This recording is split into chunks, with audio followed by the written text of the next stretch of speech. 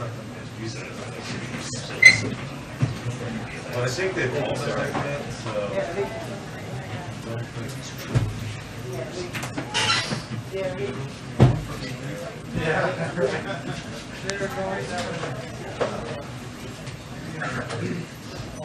Sorry.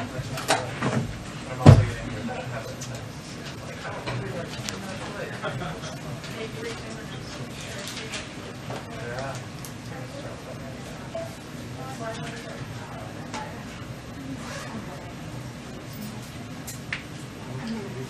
Yeah. So they had a degree on a meeting.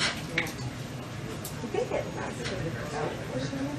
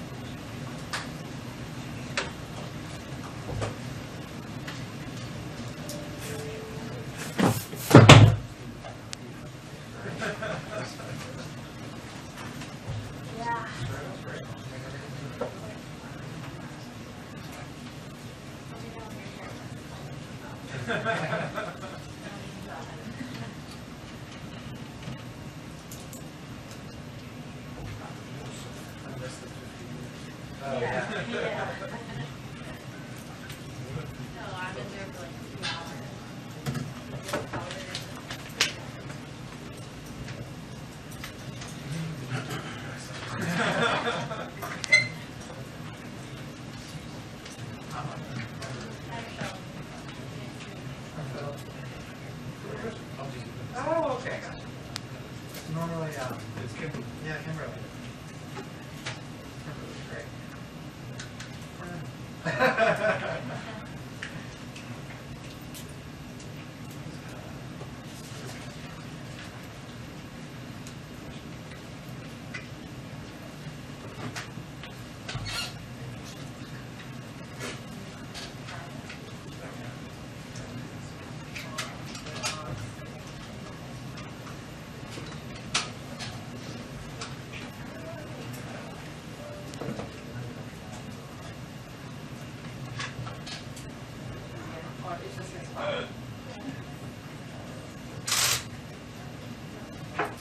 Is this your phone? Okay, I was just trying my luck. Okay, the other one.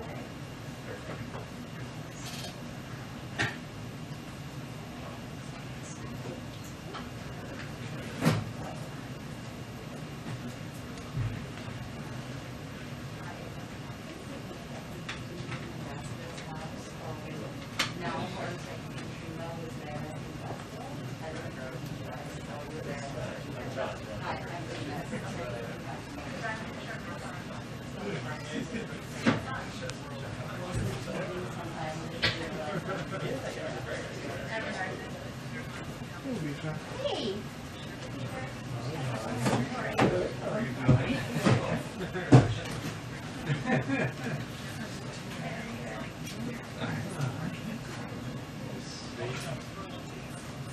Okay. Glad somebody found use for it. I don't even think he was upset. I think he was just far away. I think so.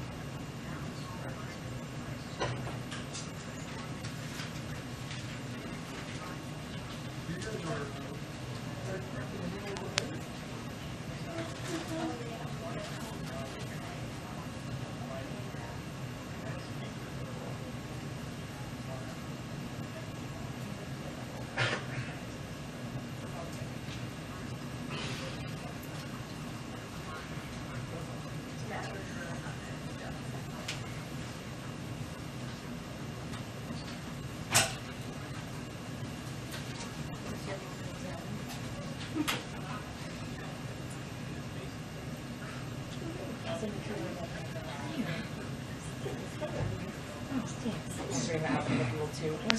Fall, I put on like a sexy dress first, and then it's like, it's like what? It's the worst. I've been dressing like it's never ready. Good, good.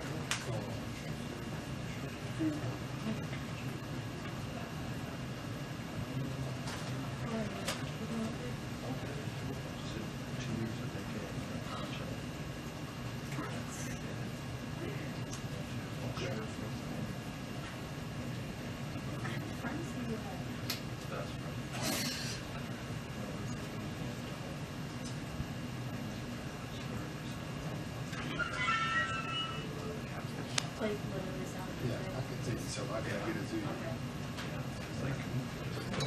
Sorry about me. Sorry. I got you. Yeah, I got you covered. All right? I was gonna have a video, I think she Thanks, actually okay. started. Take care. Good luck to you. Yeah. On your side. Good luck to you. All right? Thank you. How big is it?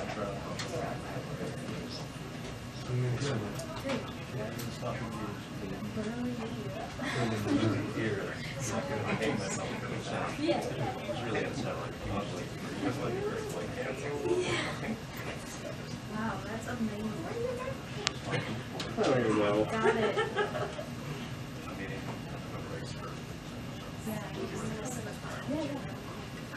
Rich with experience.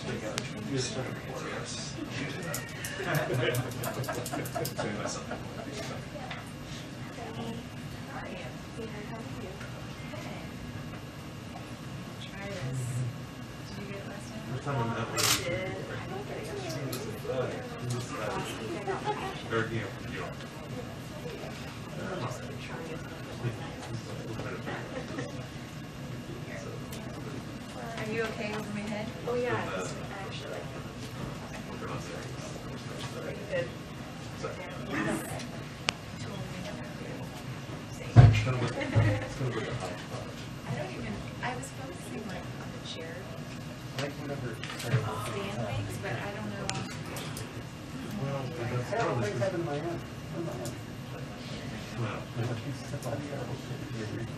Well, luckily Missouri is one of the states where I'm most familiar with. There's a lot of terror. That is a nice comparison, is that, I know. you know, whenever there's terrible stuff in Missouri, I've already got the knowledge. Yeah.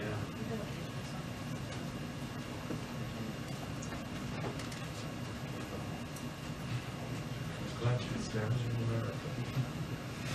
I think that's just America.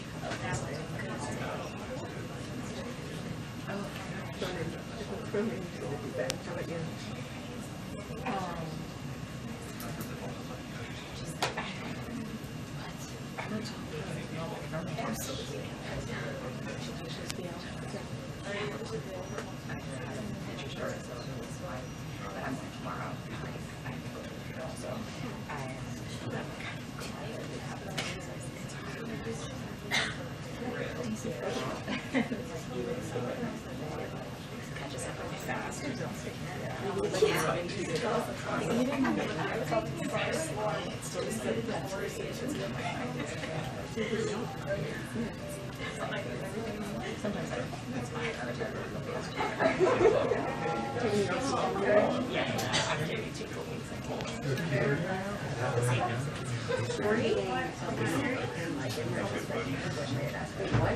My editor just like announced she was just gonna go for 3 nights.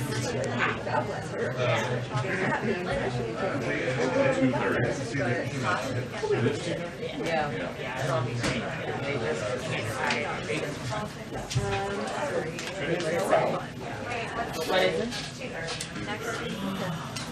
for now. Good practice, everyone.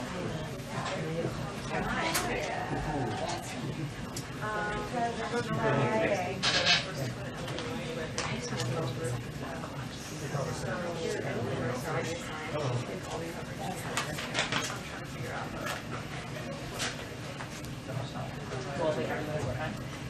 4 nights to work. 4 days. 4 days. Yeah. Oh, that's nice. Oh, yeah. It's for South Coast. Yeah. I hope it's not smoky, but when the weather's nice, it's like the nicest place to live. Yeah. I went to Sedona about a month ago. That's awesome. And took a car, and I drove in, and it was just like you couldn't see.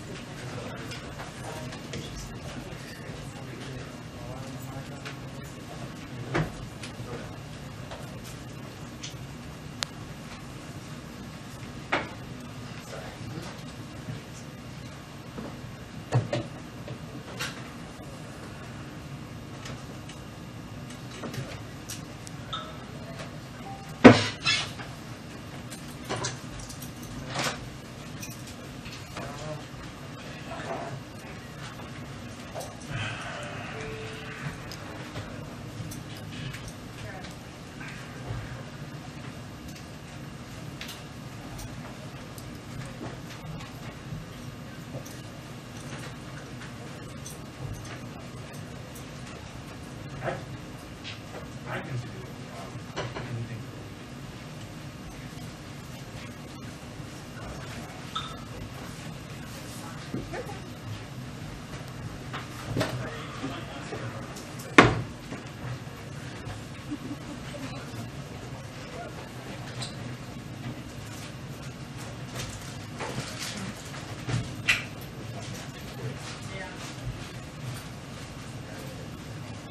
I don't mind. You wanna get up?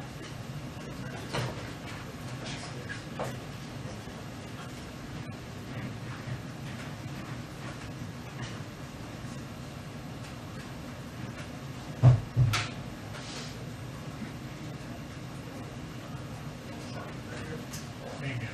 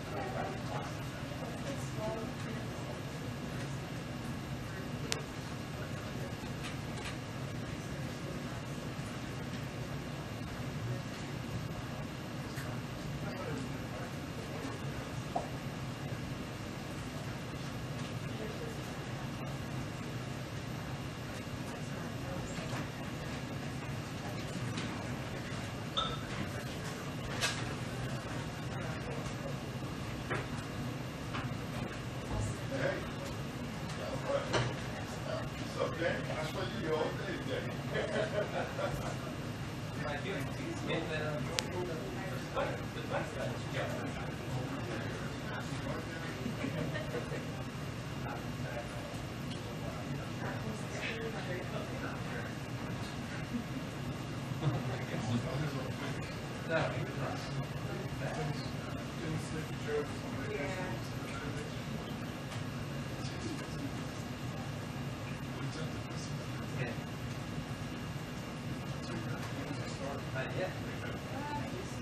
That breaks free later on. I'm watching it break free while he's handcuffed.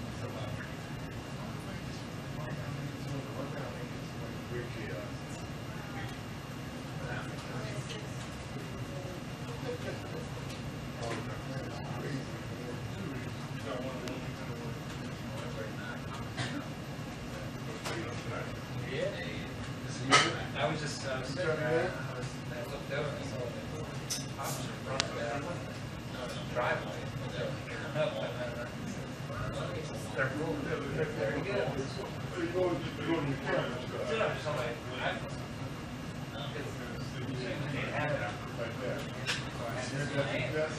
oh yeah, they had it. Okay.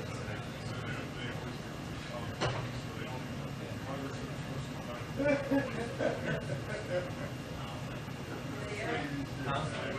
Yeah. Someone said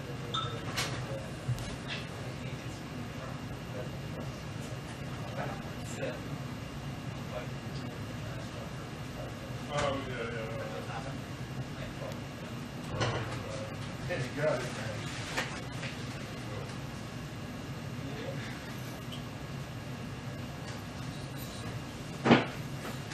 Are you on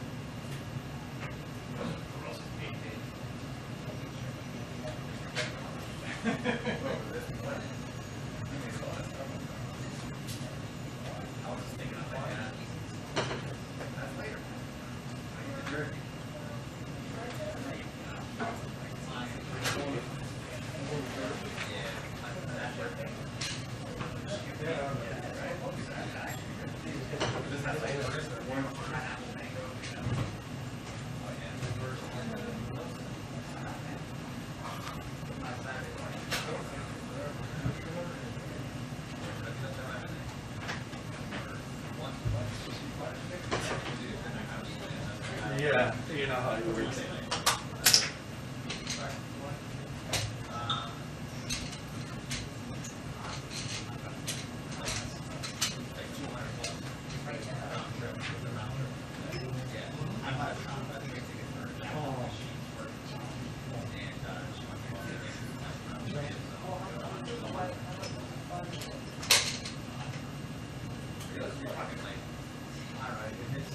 More than $100 bucks. That's how much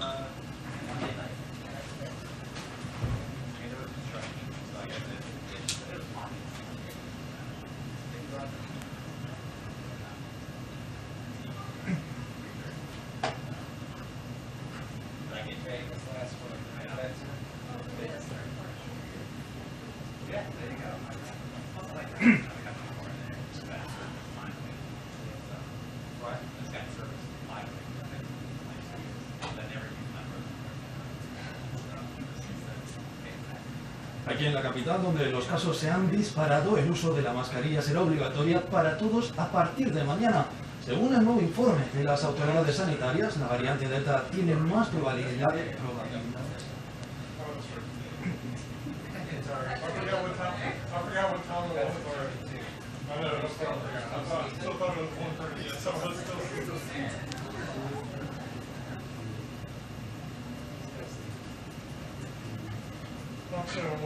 Aquí en la capital, donde los casos se han disparado, el uso de mascarillas será obligatorio para todos a partir de mañana. Según el nuevo informe de las autoridades sanitarias, la variante Delta tiene más probabilidades de burlar la inmunidad que da la vacuna anti-COVID, aunque también indica que los vacunados no corren riesgo de muerte. Ante estos alarmantes nuevos datos, Joe Biden ha ordenado la obligatoriedad de la vacuna de estrictos controles para todo el que trabaje en un edificio de gobierno y valora imponer medidas similares a los militares.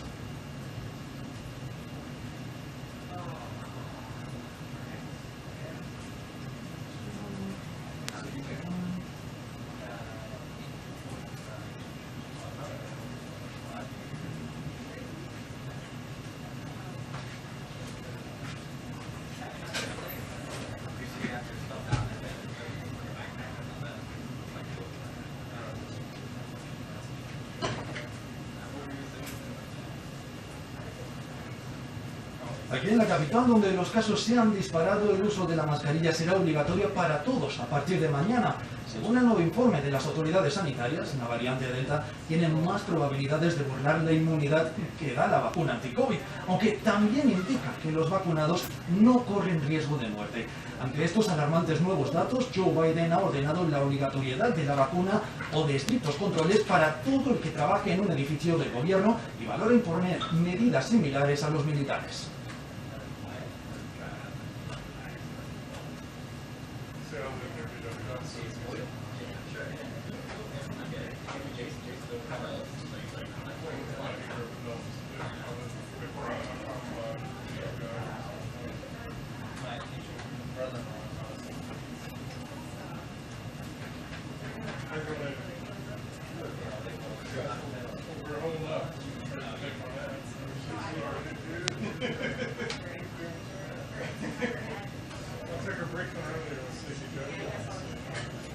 Aquí en la capital, donde los casos se han disparado, el uso de la mascarilla será obligatoria para todos a partir de mañana. Según el nuevo informe de las autoridades sanitarias, la variante Delta tiene más probabilidades de burlar la inmunidad que da la vacuna anti-COVID, aunque también indica que los vacunados no corren riesgo de muerte. Ante estos alarmantes nuevos datos, Joe Biden ha ordenado la obligatoriedad de la vacuna o de estrictos controles para todo el que trabaje en un edificio del gobierno y valora imponer medidas similares a los militares.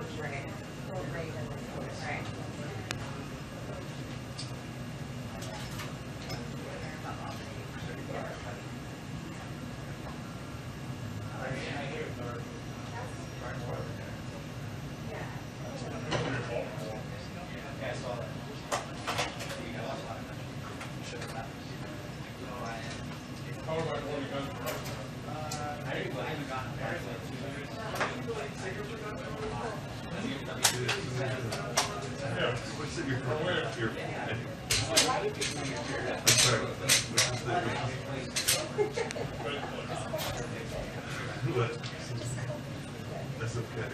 So you pull it in.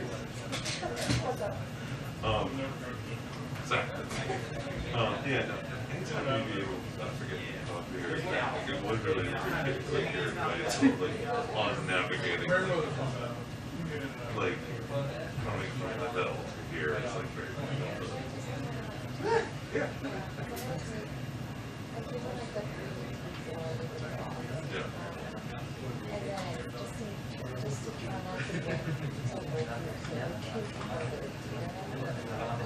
Yeah.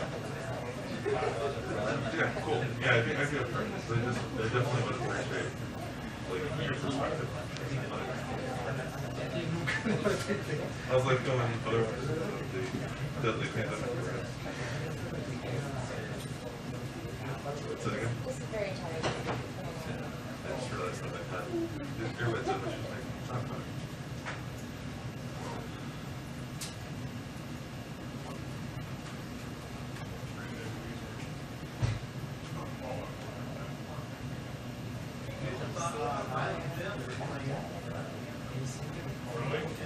Well, he's been slowly backing out for weeks.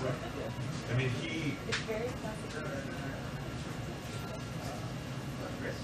yeah, I mean, he's. I don't know if you saw, like, he told this people told me the same day, like, he's like on to the, like, agreement, that, like, he's like, oh, I'm seeking assurances from my mansion. Like, he was like already like laying the groundwork as soon as like doing it. Yeah, exactly. I think another thing at play is there are these ads running in the martial arts group. Even though like he doesn't understand what he's already been endorsed by Trump, like Jerry gets sued for any reason. But like I think his statement today, like he still gives him like room where he could very quickly back off. Like it's so it's very wishy-washy. The funny thing was he was part of the group that he came up to, part of the 20-person group. And one wasn't part of the previous group that failed to come up with something called one. So we're going to proceed and remain.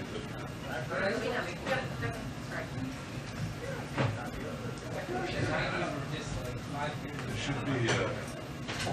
should be naming Star Wars.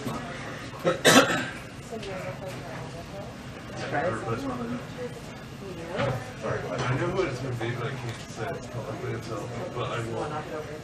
It will be public. No, it's not coming up. After Kansas City, specifically, just kind of another. It's like a reporter will walk the byline. As soon as like you see it, you're like, oh yeah, that makes sense.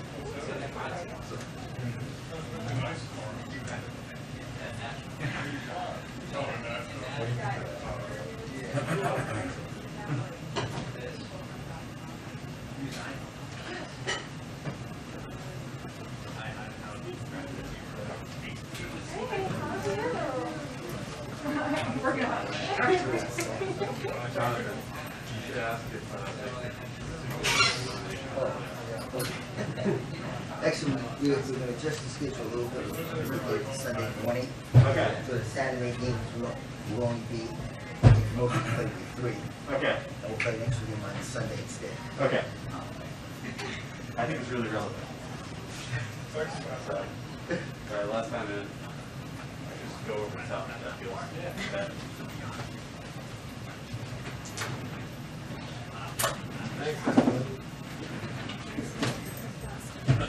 We're going to do this 3 more times.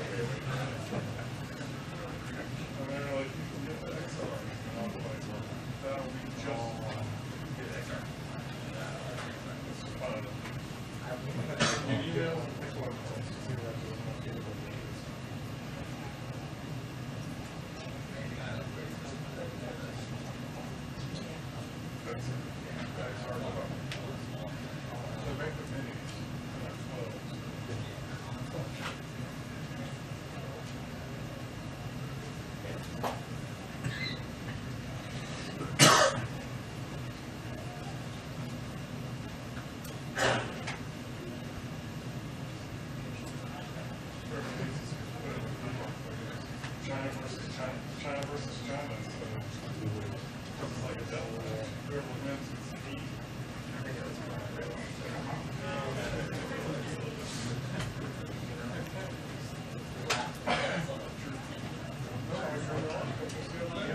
About how the Chinese, that's how they like focus on non-Western sports.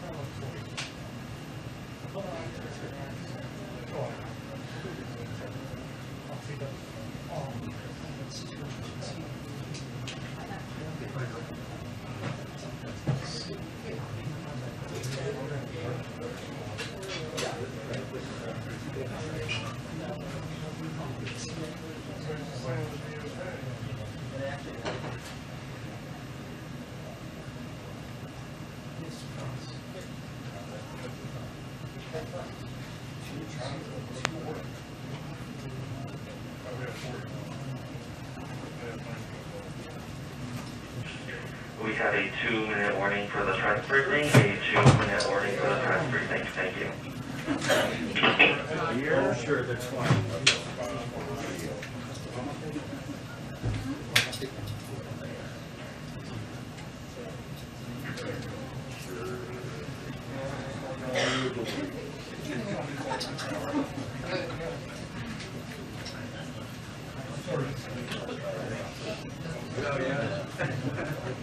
Did you realize that that happened? Sure. I was looking for hotel rooms in Vegas. Which is so. My boyfriend and I have been wanting to go, so. You don't pop this? It's nothing. Like it was pandemic. Everyone so, really yeah, does. apparently. I like the ones where you can be able to go into a room with a high outcome view of the scene. It's so depressing. I have your phone on your drawers that are still working. If I want to go to a scene, I want to make that choice. That's very fun, but that's like always my line. The amount of time we spent in casinos in 2016. Oh my gosh, We probably might go for like. I kind of covering 2016. People look shocked. They think firework. And like, oh. If they change the title, I'll be like that in Vegas. Always.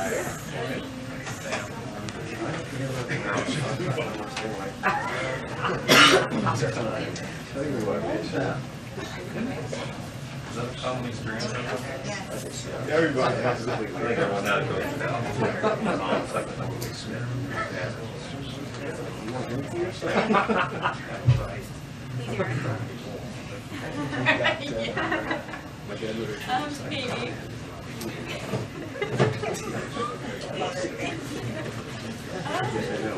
Yeah. Super late. Literally. That's super cool.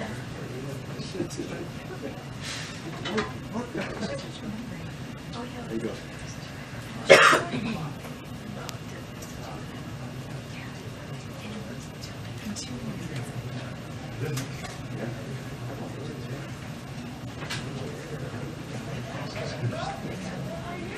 I know, I've been blowing my nose as my allergies are going haywire and everything is like freaking out.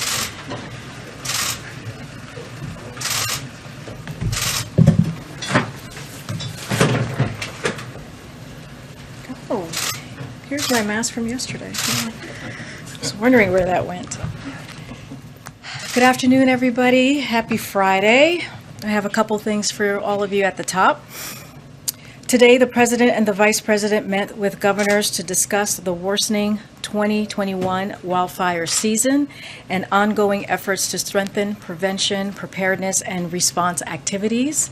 This was a follow-up to the meeting the President convened last month with cabinet officials, governors from Western states, and private sector partners. During today's event, the President highlighted the heroism of our firefighters who undertake dangerous work to keep Americans safe, and he discussed the actions his administration is taking to improve emergency preparedness and keep Americans safe. The President and the Vice President then received an update from the governors about the situation on the ground. They discussed what their administration can do to support state and local response efforts and ensure the federal government's response is as quick and effective as possible. Driven by extreme heat, prolonged drought, and the changing climate, as well as decades of forest management decisions, the 2021 wildfire season continues to outpace the devastating 2021 season in terms of large fires to date. Already this year, FEMA has approved 20 fire management assistance grants to help states pay for the cost of fighting these fires. The President has been receiving regular reports on how wildfires are impacting communities across the country, and he will continue to closely monitor the severity of this situation. Cuba meeting today that the President is having. Since the historic protest we witnessed in Cuba on July 11th, the President has been watching the events closely. As we have stated before, he's made clear that Cuba is led by a failed and repressive regime, and that communism is a universally failed ideology. That's why from the start the President has said that addressing this moment was a priority for the administration. We have said many times that Cuban Americans are the best ambassadors for freedom and prosperity in Cuba. As part of that, today the President will host Cuban American leaders at the White House to discuss the demonstrations and the administration's response. In addition, we also announced yesterday that the President is nominating Cuban American Frank Mora to be the next U.S. ambassador to the Organization of American States, a vital forum where we have and will continue to regularly urge the countries of the hemisphere to support the fundamental freedoms of the Cuban people. And I know you love these. This is of our vaccination update. They're so great. We're always happy to share them with you. So today we recorded over 500,000 new shots in arms, the highest number since 1st of July. And the average number of people getting their first shots each day is up 30% over the past week alone. And this is the third week that states with the highest cases have the highest vaccination rates. Every day, Americans are making the choice to get vaccinated. This is an encouraging sign, but we need everyone across the country to have the conversation with someone they know who is unvaccinated about getting the shot. This is how we will stop the spread of the Delta variant and, as we all know, save lives.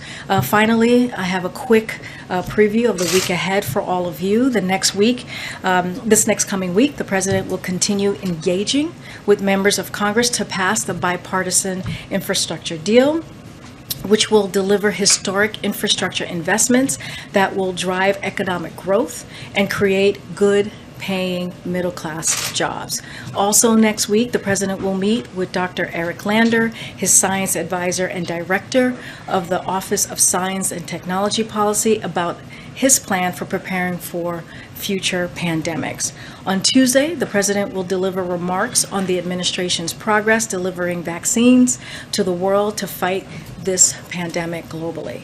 On Friday, we will deliver remarks on the jobs report. As you all know, it's the first Friday of the month. And lastly, President Biden will then travel to Rehoboth Beach, Delaware, where he will remain over the weekend. Alex, please take it away. Sure. So I know we have a hard out at 3:10, so I have a couple quick questions on Congress. First, the eviction moratorium. Lawmakers are scrambling to find a legislative solution, but Speaker Pelosi said today that she'd like to see the CDC extended. I know you all have cited the Supreme Court decision as the reason Congress needs to deal with it, but why not just extend it, have that legal fight, and give Congress a little bit more room to work? So as we've stated, Alex, and to your point about Pelosi, as the Supreme Court said it could only be extended with congressional authorization. That was their decision. That's how they were able to strike it down, and that's what they said needed to happen. And so this bill that Pelosi is asking for, this would meet that requirement if successful. So this is important. It's incredibly important to move forward. And so the administration is going to work together with leaders in Congress on potential avenues to extend the eviction moratorium to protect these vulnerable renters and their families. We understand how critical that is, how important that is.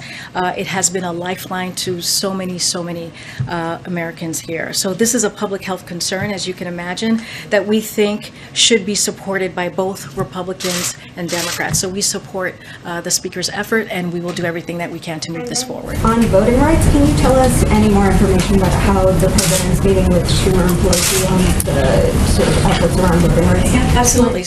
Oh, go ahead. I'm so sorry. Go ahead. That was it? Okay, sorry. So, as you stated, the President and the Vice President are hosting Speaker Pelosi and Leader Schumer at the White House today, later this afternoon. And they're doing this because they want to make sure that they continue having the conversation on protecting the sacred right to vote, because it's such it's an incredible priority for them. The President and the Speaker, the Leader Schumer, are regularly in touch about this, but they wanted to have this meeting in person to talk about the next step. This is both personal to the President, as we've talked about many times, having fought for voting rights his entire life. He spoke about it in Pennsylvania not too long ago, just a couple of weeks ago, and he's going to just continue having those conversations. And then one more on the CDC document that was just leaked. The Washington Post obtained a CDC PowerPoint that suggests that the situation surrounding the Delta variant is more dire than the administration has characterized it. I wanted to read a few quotes from it. It said, quote, "Given higher transmissibility and current vaccine coverage, universal masking is essential to reduce transmission of the Delta variant. Quote, Delta variant breakthrough infections may be as transmissible as unvaccinated cases. And quote, risk of infection is reduced threefold in the vaccinated population." And so President Biden has repeated over and over that this is a pandemic of the unvaccinated, but this PowerPoint seems to raise questions about that. He's also promised to level up with the American people, so his comments yesterday, was he being completely upfront about the challenge from the Delta variant? This PowerPoint would suggest it's a little bit more dire than he laid it out to be. And why wasn't that PowerPoint made public? Why did it have to be leaked to the public? And then lastly, I mean, why aren't we seeing universal recommendations for universal masking?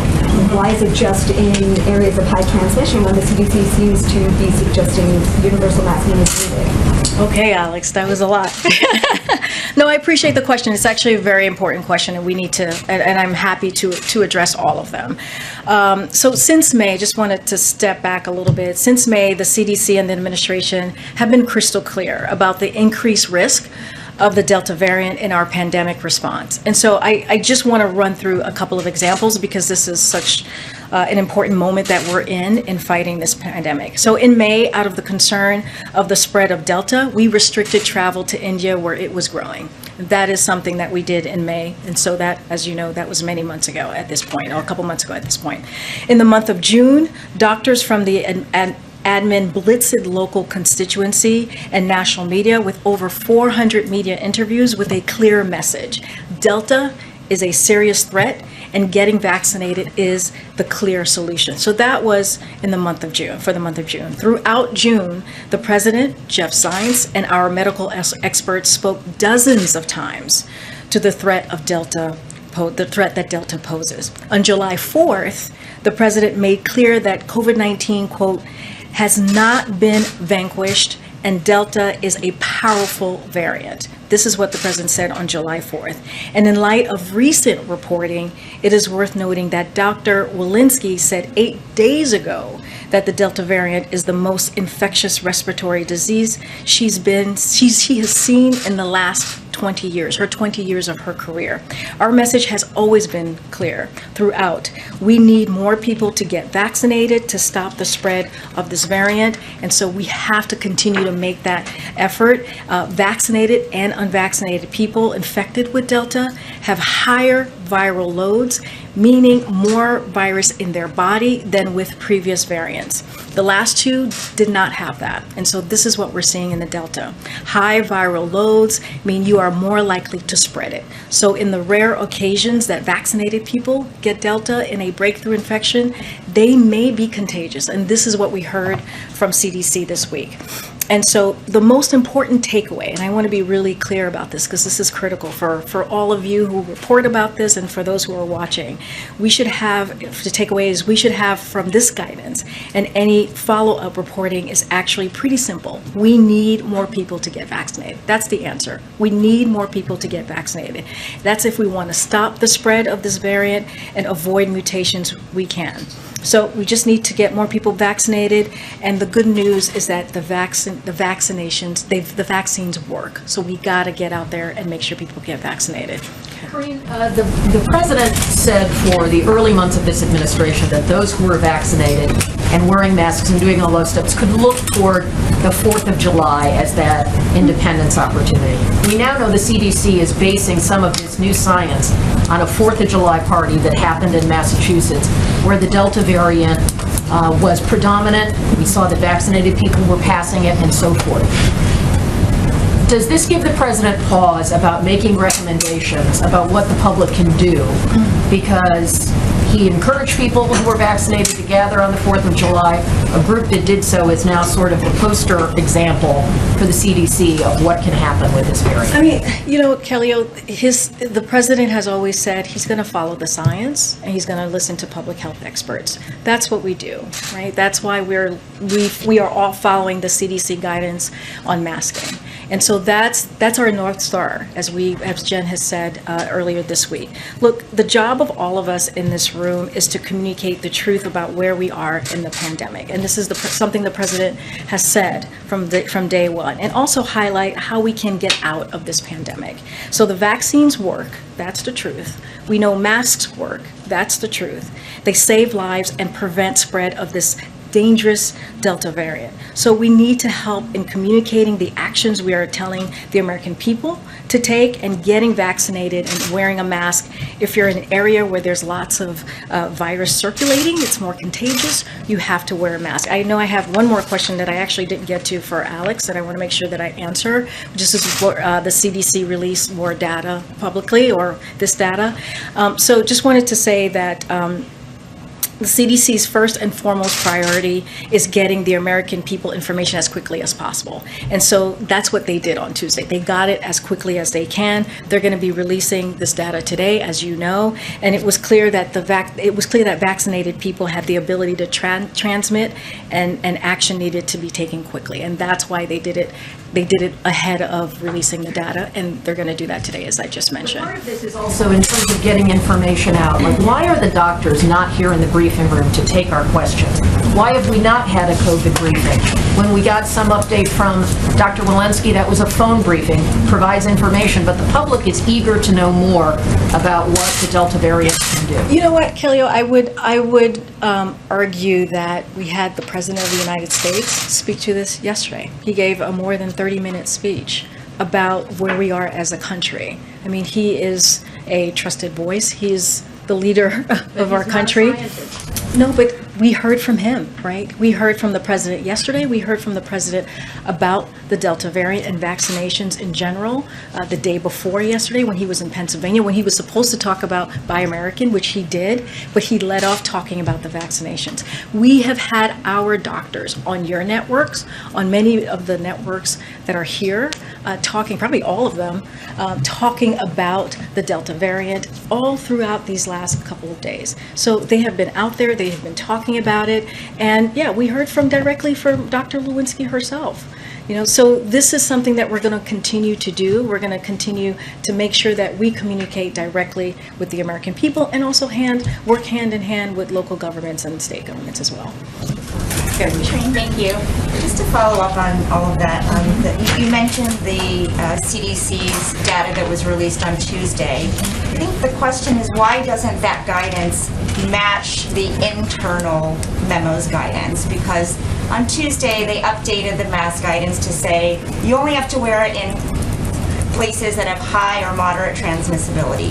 The internal memo that was leaked says, given higher transmissibility and current coverage, vaccine coverage, universal masking is essential to reduce transmission. So one, why don't the recommendations match? And two, should the American public anticipate updated guidance that includes universal masking and also new guidance about large gatherings and how many people should gather given what we are seeing from Provincetown? Well, as you know, Weijia, we do not make those types of, decisions from here when it comes to the science, when it comes to guidance, that comes from CDC. So the questions that you just asked me, I refer you to CDC about those slides and what you saw in the slides specifically. That comes from them, and they will have that specific information for you that you're trying to get here. I will say though, I think the most important thing, and I don't want to get away from this because this is what's the most critical thing here, is that people need to get vaccinated. That's the answer. If we want to make sure that we curb this pandemic, that we curb the COVID-19, that we win this fight that we're in, we have to get people vaccinated. That's why the president calls this a pandemic for the unvaccinated. We have to make sure that we take care of each other and that they not just take care of themselves, but take care of each other. And we're talking about our kids who are 12 and under who can't get vaccinated. We're talking about our grandparents, right? We're talking about older people in our lives that we want to make sure are taken care of. And so that is, if anything, should be one of the main reasons people get vaccinated, to make sure they take care of their families and their community. Has the White House reviewed the CDC's internal memo slides? I don't have anything to say about that. I could look into that. The analogies are helpful to understand, that the Delta variant is as contagious as chickenpox or more contagious than the common cold or Ebola. Are these things that they're going to present to the public to help us understand? The data is being released today, I believe, right? Right? So it'll be available. Okay. It's being released today.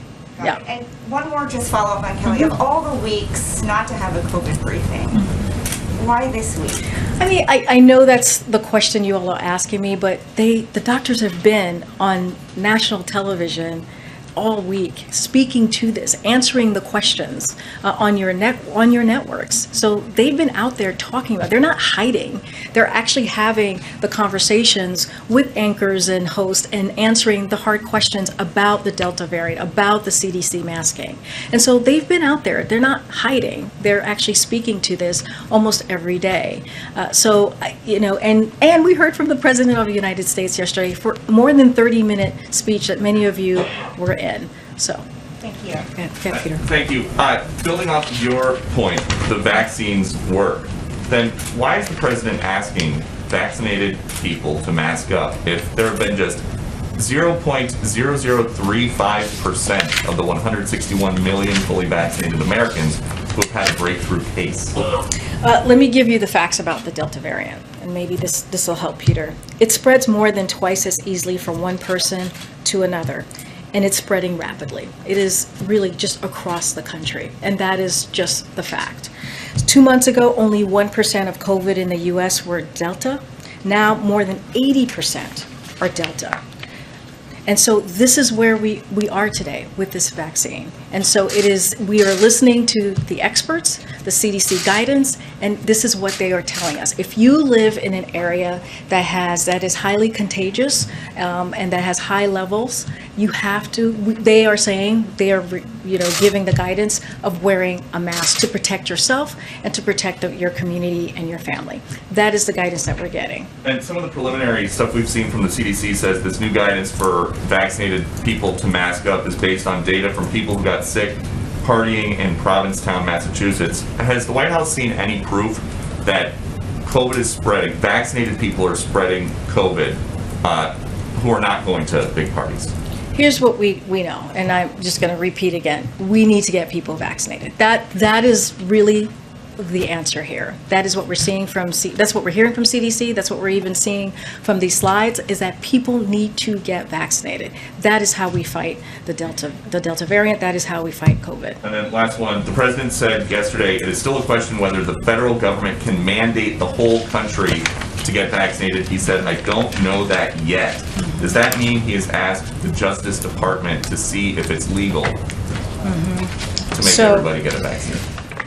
So when he said that about the mandate across the country, I would encourage you to read his statements and make sure you read the contents of his remarks. So a national vaccine requirement is not under consideration at this time.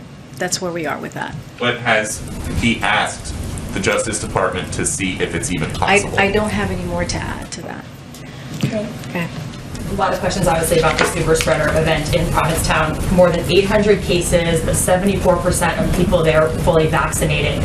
So doesn't that at least suggest that maybe breakthrough cases aren't rare? But that's not what the data shows us. That's not what we've gotten from CDC. We know that it is the breakthroughs that do happen with vaccinated people are rare. And so right now, what the CDC has told us is, because they do know that there are some breakthrough cases, we have to make sure we're masked. And so again, we just have to continue to make sure people get vaccinated. That is the answer. That's how we got to move forward. And that's what we're focused on here at the White House. So we're supposed to see that as more of a one-off event? No, that's well, what I'm saying is that what we're focused on, our message is very, very clear, is that we want to make sure that people get vaccinated. That is, yes, that is one event, but what the CDC guidance tells us is that the breakthroughs have been rare. This is what the public health officials have said. Like, yes, there are breakthroughs, but they have been rare. But the problem is that it is now contagious, right? And so that's why they're asking us to wear a mask. Where before, with the last two variants that we've seen, we weren't seeing that. We weren't seeing vaccinated people pass that along. And so now that has changed with the Delta variant. That is how serious this variant is. That's why our message continues to be, please get vaccinated. On the eviction moratorium, Speaker Pelosi in her statement said that only $3 billion out of an allocated $46.5 billion has actually gone out the door. So what is the administration doing to help get more money out the door faster? Yeah, so that's a good question, because that shouldn't be happening, right? We are aware that the monies are taking some time to get to some time from, it's already out in the states, sometime getting to where the folks who really need it, the renters and lawmakers. So what we have done these past couple of days is we made an announcement last week that $1.5 billion of that ERA went out in the month of June, and that was the most that we saw in the last 5 months. And so we continue to work to make sure that people are being made aware that this is in existence. Look, this shouldn't be happening. States should be making sure that these monies are getting out as quickly as possible. And so just this week, we had a day of action to promote the availability of the rental assistance, which reached tens of millions of Americans. Last week, the Treasury released new data, which I just mentioned, with the $1.5 billion. And then, so what we know is that these funds can continue to be dispersed to renters and landlords until 2025. And so these emergency rental assistance are so critical, they're so important. And so we're making sure that we continue to work with local governments to get that out. Yeah, I think people are applying. We've heard tens of thousands of people have applied. Yeah. They're just waiting for the funds to be dispersed. Yeah, I hear you. And that's why we're encouraging the states to get that out as soon as possible. They have it. They need to get that out. Yeah, go ahead.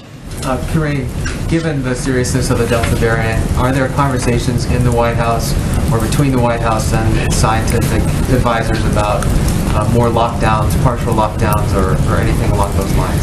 So that is something that, I know this was asked to me yesterday. The way we see this is that we have the tools in our tool belt to fight this variant, to fight this vaccine, and we are not going to head towards a lockdown. We want to make sure that we're doing everything that we can, because after passing the historic rescue plan, we have the resources to make sure that doesn't happen. So our role again is to make sure that we get people vaccinated as quickly as possible. Look, these vaccines are free. They're easy to get. They've never been easier to get vaccinated. So that is the number one thing that we're trying to do, is making that happen. We have the resources to do that. That's what we've been able to do this past 6 months. We've been able to get more than 160 million people fully vaccinated. 80% of that are people who are over the age of 65. And so that's what we're going to continue to do. And so our goal is to make sure that we are not headed towards that. That is not going to be the direction that we take, because we have the tools to prevent that. You said yesterday that the federal new requirements for federal workers could be an example for other employers. Can you just explain, will federal employees' data be collected when they submit their vaccination status, and will the federal government be paying for the tests that they take if they do not attest to being vaccinated? So the agencies will pay for the cost of regular federal employee screening tests. So that's how that's going to move forward. And they're going to the agencies are going to be implementing this program themselves. So they'll be in charge of that, how that moves forward. And so that's kind of how that's going to be dispersed, the program. Just on another topic, lastly, the New York Times is reporting and others that President Trump pressed the Justice Department last year to declare falsely that the election was corrupt. Do you have a reaction to that? And would your Justice Department, the Biden Justice Department, do anything about that? So President Biden has been clear that he believes it is absolutely vital to have a Department of Justice that is free from undue political influence, and these revelations underscore why that's important. Go ahead, Phil. Yes, Karine, just to follow up on Mary Alice's question, her number, at least percentage-wise, was right from the CDC study. It says about 74% of 346 cases had been fully vaccinated in that cluster. So just to clarify, it's still the belief of the administration and the public health officials that breakthrough cases are rare on that. So what we've been told by CDC and what we know from our public health expert is that they are rare. But here's the thing, and this is what we keep trying to say, is that we got to get people vaccinated.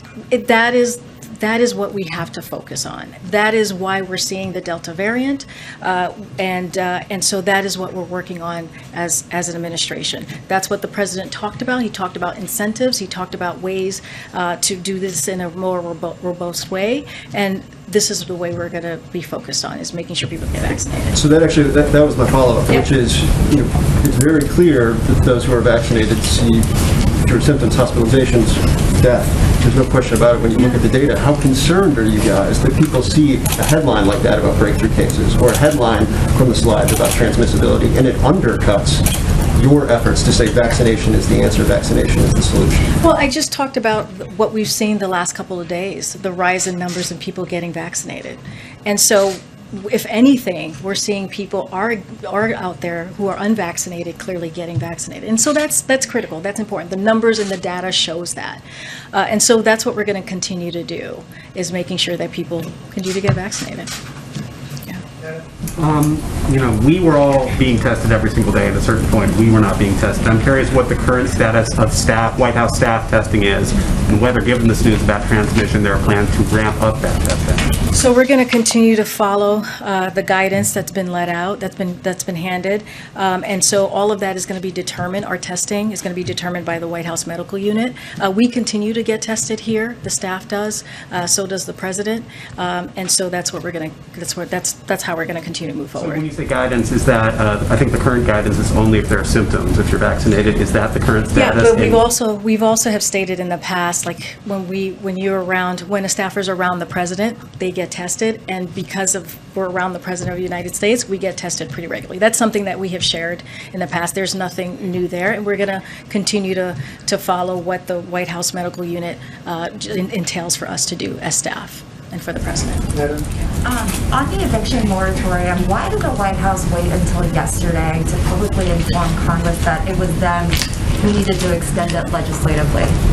So let me just first say about the eviction moratorium, because this is, I think, really important. We know that this has a disproportionate effect on those Americans, both most likely to face evictions and lacking vaccinations.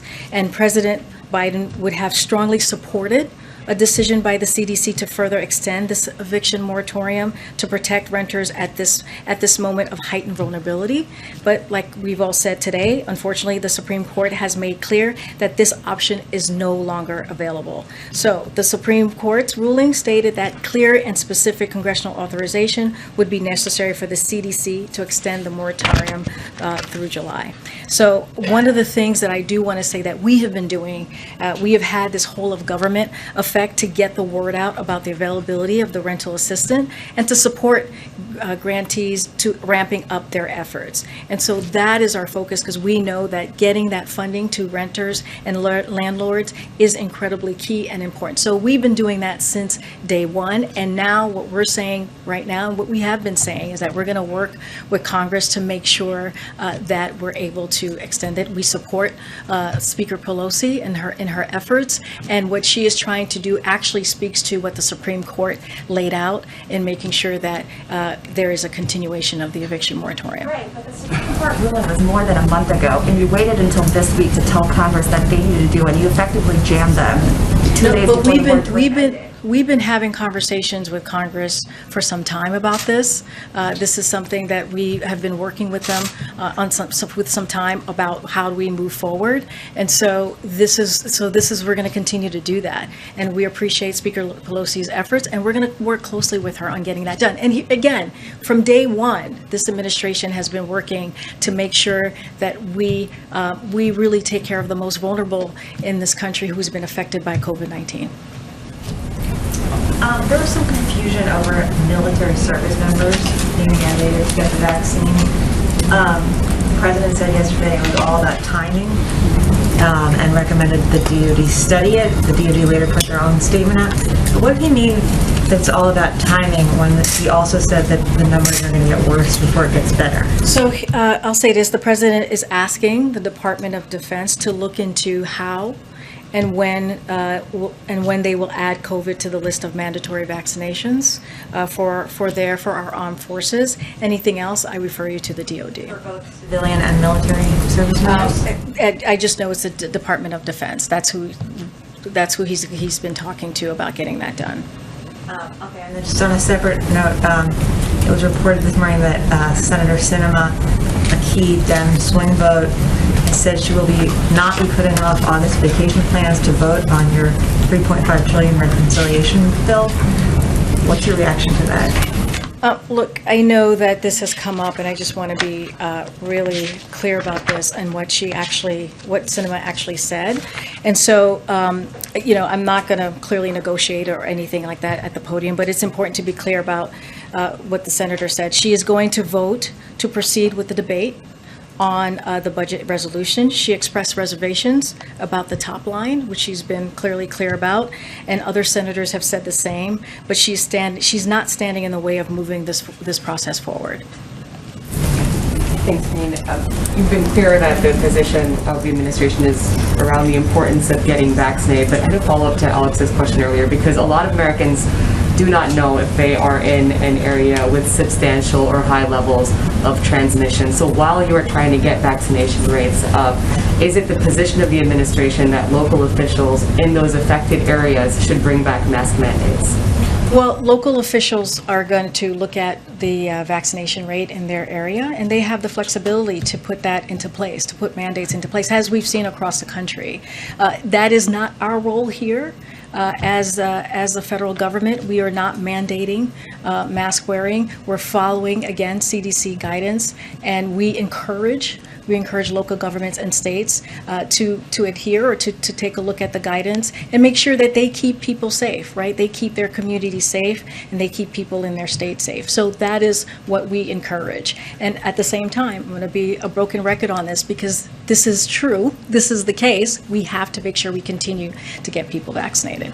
And a question with respect to Cuba and the ongoing policy review. I know there's a meeting today, but has there been any movement on actionable steps? Specifically, does the president plan to lift travel restrictions between the U.S. and Cuba and make it easier for Cuban Americans to send money to their relatives on the island, both of which are issues he campaigned on? No, and both important issues that we understand to the Cuban people. So we're not going to preview any specific actions here. That is not something that I'm going to do from the podium.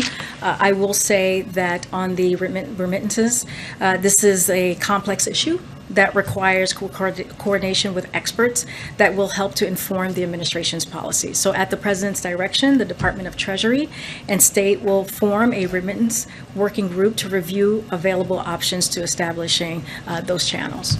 Karine, may I follow up, please, on Cuba? Right back here. May I follow up on Cuba, please? Thank you so much.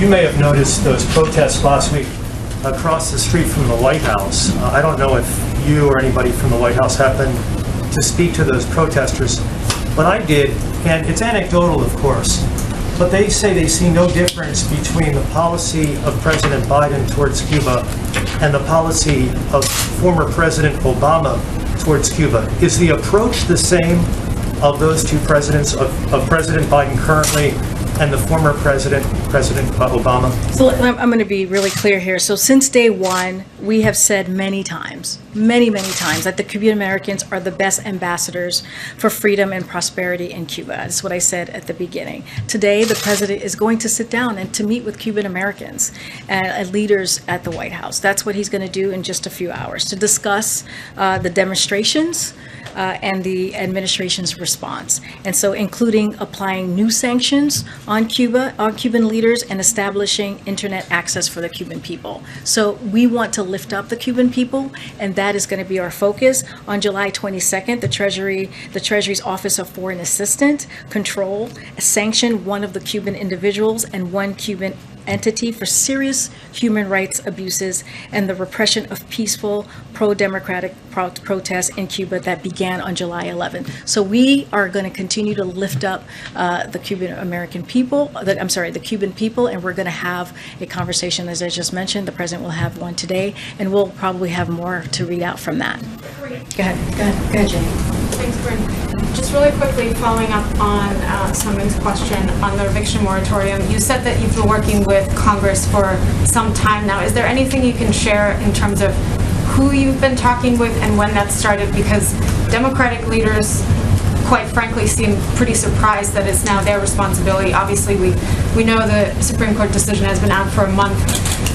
So what can you share in terms of that? I don't have specific meetings or conversations to share. Look, what I want to make really clear is that we're going to work with Congress to get this done, because we understand the importance of the eviction moratorium to everyday people, especially after what we have seen this past year with COVID-19. That is a priority for us, and we work with Congress on so many different issues and have so many different conversations, and this is going to be a priority. And so we support what Speaker Pelosi is trying to do now. Do you have any response to Congresswoman Ocasio-Cortez calling your handling of the situation reckless and irresponsible because the White House hasn't shown leadership? I disagree with the Congresswoman because, as I stated and I've laid out, from day one, we have been working on the emergency rental assistance. We have been making sure, working with local governments to get those funds out. Just last month, we saw $1.5 billion in just 1 month in rental assistance, which was more than the last 5 months. So we have been working very hard in a whole of government approach that we do here at this White House and this administration, and we'll continue to do that. Okay. Thank you. Back to Senator Sinema's comments, which you noted her reservations about the price tag. Do White House negotiators and the president support Senate Democrats scaling back the reconciliation deal? Well, this is a process that we're going through. This is a negotiation process. We're going to continue to have to engage congressional members on the Hill when it comes to reconciliation and also clearly the bipartisan infrastructure deal. So we're not going to, I'm not going to stand here and trying to negotiate from the podium. I'm going to let congressional members do that. We'll work closely with them. We understand this is how incredibly critical this is. This is part of the Build Back Better plan that the president has put forward, his economic policy for this country, and he is all in on this. He brought people here, right, to work with both sides of the aisles to bring this bipartisan deal on the hard infrastructure, and we're going to continue as well with the whole Build Back Better plan. And back to COVID, I know you said it's up to the CDC and health officials to lead on new recommendations, but has the White House or the president asked them to look at new restrictions, possible restrictions surrounding large group gatherings given the Delta variant transmission? Again, we follow the science and we listen to public health officials. That's how we move forward with this. Speaking of the science, Karine. Hi, switching topics. The Biden administration earlier this week laid out their plan on addressing root causes in Central America, including combating corruption in the region. It comes days after Guatemala's special prosecutor against impunity was fired. The State Department has suspended cooperation with Guatemala's Attorney General. So I guess how does this affect the White House's work in the region? And does this cause any setbacks?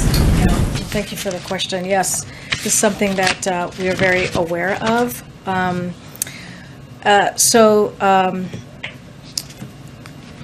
The situation in Guatemala, look, it's important to us to make sure that, that corruption is, as we're dealing with the Northern Triangle, is dealt with. Hold on a second, I did have something that I wanted to share with all of you. If I can find it really quickly, just give me a second.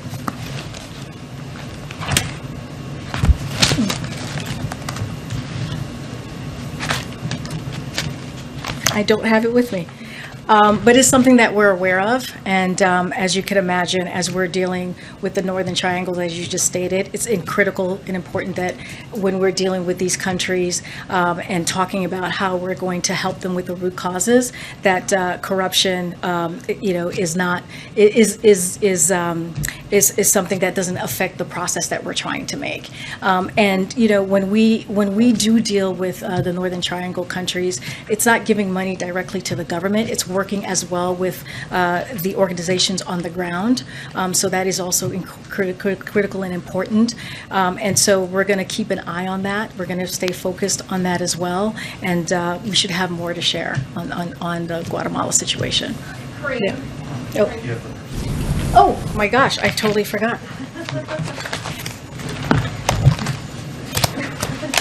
Oh my goodness, give me 1 second.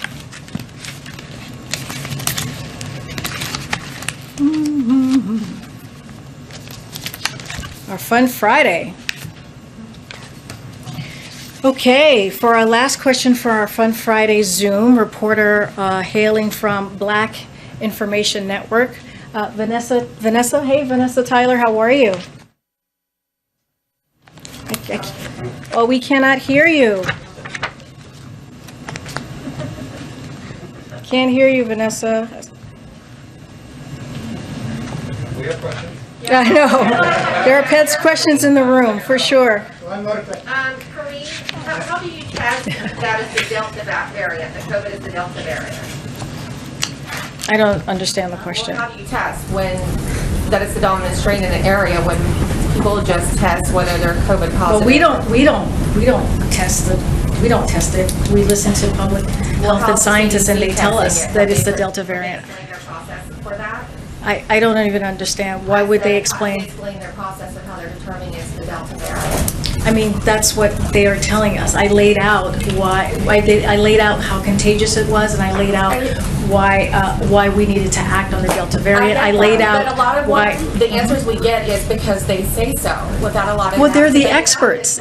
It's not just they. These are scientists. These are experts. I just said that. Hold on one second. I just said that Dr. Lewinsky said just recently in her 20-year career, she had never seen a variant that was so contagious. So this is 20 years of her career. So this is absolutely a major problem that we are trying to deal with. That's why we heard from the president yesterday. That's why we keep talking about people need to get vaccinated. So that is the way that we're trying to move in this administration, making sure that we are protecting people here, making sure that we're dealing with this pandemic in a way that is effective, and that's how we're going to move forward. I'll take another question. Go ahead.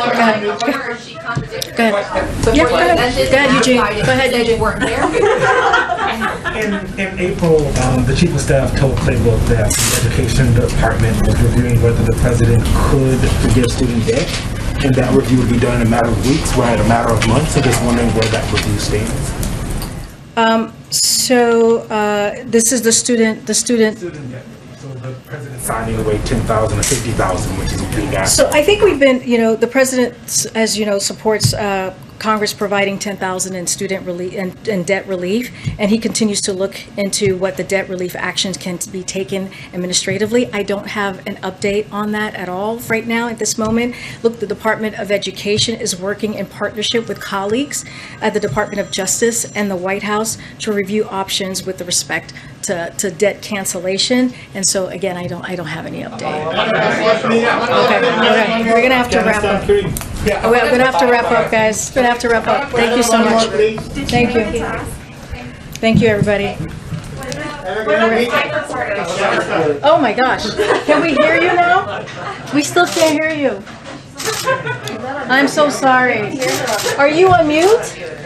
Oh, it's something in the room. Okay, so we're trying to hear you and we cannot. Vanessa, I'm so sorry. I'm so sorry. Do you want to write a note? Let us know what your questions is. All right, Vanessa. We'll try next Friday. Okay. We can play it on the laptop probably.